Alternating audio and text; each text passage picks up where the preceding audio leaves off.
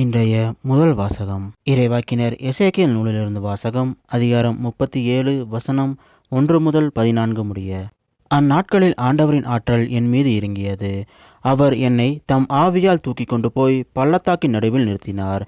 அங்கே எலும்புகள் மிகுதியாய் கிடந்தன. அவர் அவற்றை சுற்றி என்னை நடத்தி சென்றார்.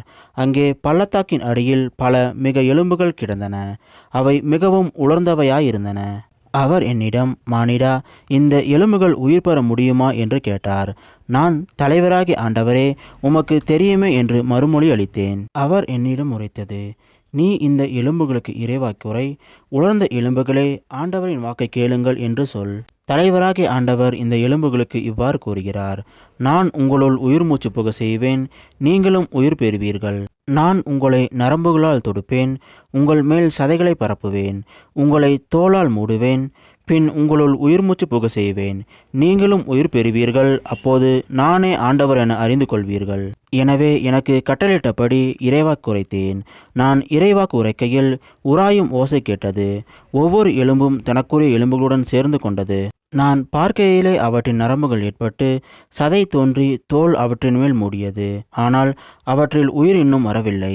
பின்னர் அவர் என்னிடம், உயிர் மூச்சுக்கு இறைவாக்குரை, மானிடா, இறைவாக்குரைத்து உயிர் மூச்சிடம் சொல். தலைவராகி ஆண்டவர் கூறுவது இதுவே, 4 காட்டிலிருந்தும் உயிர் மூச்சே வா, நீ வந்து கொலையுண்ட இவர்களுள் புகு, அப்பொழுது இவர்கள் உயிர் பெறுவர். எனவே அவர் எனக்கு கட்டளையிட்டவாறு இறைவாக்குரைத்தேன். உடனே அவர்களுள் உயிர் மூச்சு புகுந்தது. அவர்கள் உயிர் பெற்று காலூன்றி மாபெரும் படைத்திரள் போல் நின்றனர். அவர் மேலும் என்னிடம் கூறியது, மானிடா, இந்த எலும்புகள் இஸ்ரேல் வீட்டார் அனைவரையும் குறிக்கும்.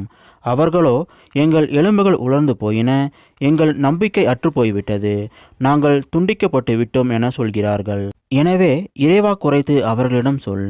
தலைவராகிய ஆண்டவர் கூறுவது இதுவே, என் மக்களே, இதோ நான் உங்கள் கல்லறைகளை திறக்கப் போகிறேன், உங்களை உங்கள் கல்லறை நின்று மேலே கொண்டு வருவேன், உங்களுக்கு இஸ்ரேல் நாட்டை திரும்ப கொடுப்பேன். அப்போது என் மக்களே, நான் உங்கள் கல்லறைகளை திறந்து உங்களை அவற்றிலிருந்து வெளிக்கொணர்கையில் நானே ஆண்டவர் என்பதை அறிந்து கொள்வீர்கள்.